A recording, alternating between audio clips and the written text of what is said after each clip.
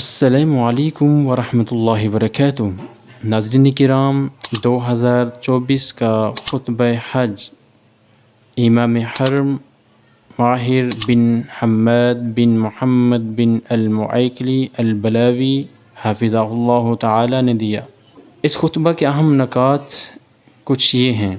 توحید باری تعالی دین کی اساس ہے۔ ذات باری تعالی کے ساتھ کسی کو شریک نہیں بنانا چاہیے۔ ہمیں نبی اکرم صلی اللہ علیہ وسلم کی پیروی کرنی چاہیے۔ اللہ تعالیٰ کے علاوہ کوئی بھی عبادت کے لائق نہیں۔ نبی اکرم صلی اللہ علیہ وسلم آخری نبی ہیں۔ کسی مسلمان کے لیے بہتر یہی ہے کہ وہ تقوی اختیار کرے۔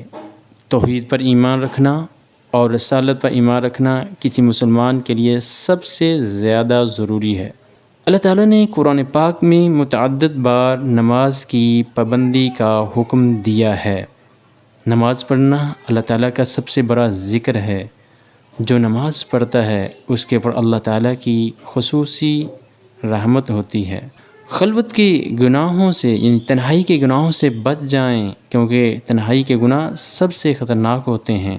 امام صاحب فرماتے ہیں، نوجوانوں کی خلوت کے گناہوں سے انہیں خبردار کرتا ہوں۔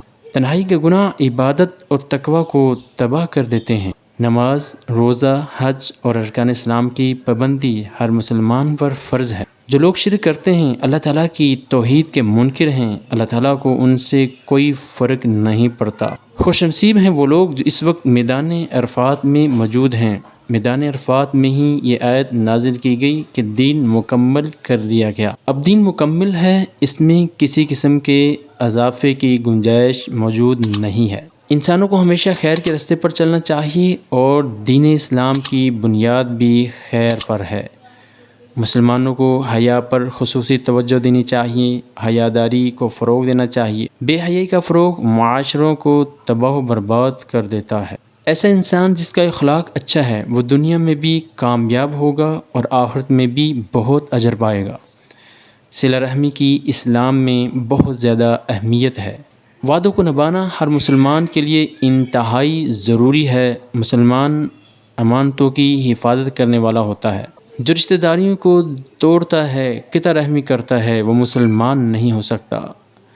رشتہ داروں سے حسن سلوک کرو۔ قطع رحمی کرنے والا رحمت الہی سے محروم رہتا ہے۔ مسلمانوں، اللہ تعالیٰ کی اطاعت کرو، رسول اللہ کی اطاعت کرو، اور جو صاحب امر یعنی حکمران ہیں ان کی بھی اطاعت کرنی چاہیے۔ مشکلات کا شکار اپنوں کی مدد کرو۔ اگر حاکم یا علماء کی بات سے اختلاف ہو تو اللہ اور اس کے رسول صلی اللہ علیہ وسلم کی طرف پلٹ جانا چاہیے۔ نوجوانوں، مردوں کو نصیحت کرتا ہوں کہ وہ فحش کاموں کو چھوڑ دیں۔ نوجوانوں کو چاہیے کہ ایسے کام کریں جن سے ان کے تقوی میں اضافہ ہو۔ جب فحش کام بہت زیادہ بڑھ جاتے ہیں تو رحمتیں ختم ہو جاتی ہیں۔ جس معاشرے میں بے حیائی عام ہو جائے وہ معاشرے تباہ ہو جاتے ہیں۔ ہر مسلمان کو دوسرے مسلمان کی عزت کا ہر وقت خیال رکھنا چاہیے۔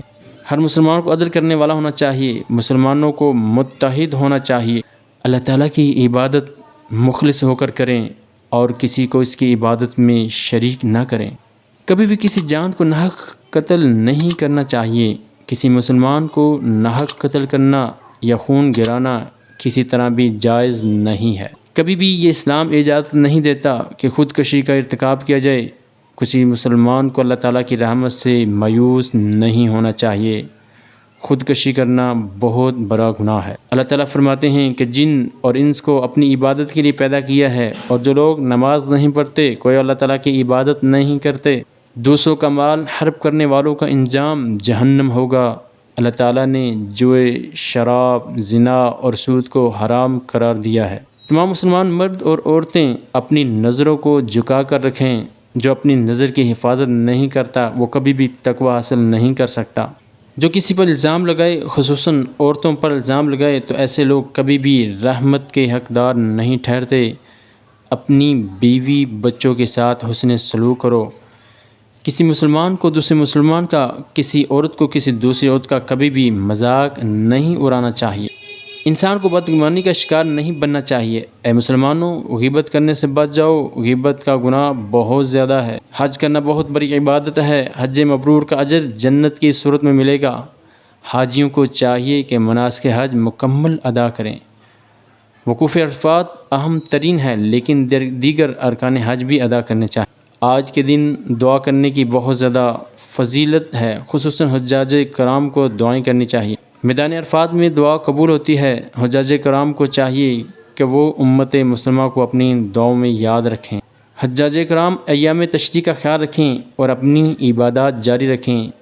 حج کے تمام مناسک کا مقصد یہ ہے کہ اللہ تعالیٰ کی قربت کو حاصل کیا جائے۔ امام صاحب فرماتے ہیں، میں فلسطین کے مسلمانوں کے لیے دعا کرتا ہوں کیونکہ ان پر ظلم و ستم کے پہاڑ توڑے جا رہے ہیں۔ یا اللہ، فلسطین کو یہود سے آزادی عطا فرما۔ تمام امت مسلمہ سے اپیل کرتا ہوں کہ وہ اہل فلسطین کے لیے دعا کریں۔ تمام لوگ دعا کریں کہ اللہ تعالیٰ اہل فلسطین کی مشکلات ختم کر دیں۔ جب کوئی مسلمان دوسرے مسلمان بھائی کے لیے اس کی عدم موجودگی میں دعا کرتا ہے تو فرشتہ دعا کرتا ہے کہ یا اللہ اس کے لیے بھی یہ دعا قبول کر لے۔ دنیا بھر میں جو بھی مسلمان مظلوم ہیں ان کے لیے دعا کرنی چاہیے۔ حجاج کرام کے لیے یہ بہترین انتظامات کرنے پر سعودی حکمران بھی دعا کے مستحق ہیں۔ امت مسلمہ میں جو لوگ بھی بیمار ہیں یا پریشان ہیں، اللہ تعالیٰ ان کی پریشانیوں کو دور فرمائے اور ان کی بیماریوں کو بھی دور فرمائے۔ جو لوگ صاحب اولاد نہیں ہیں، اللہ تعالیٰ ان کو نیک صالح اولاد عطا فرمائے۔ اللہ تعالیٰ امت مسلمہ پر رحم فرمائے اور عبادات کو قبول فرمائے۔ آمین۔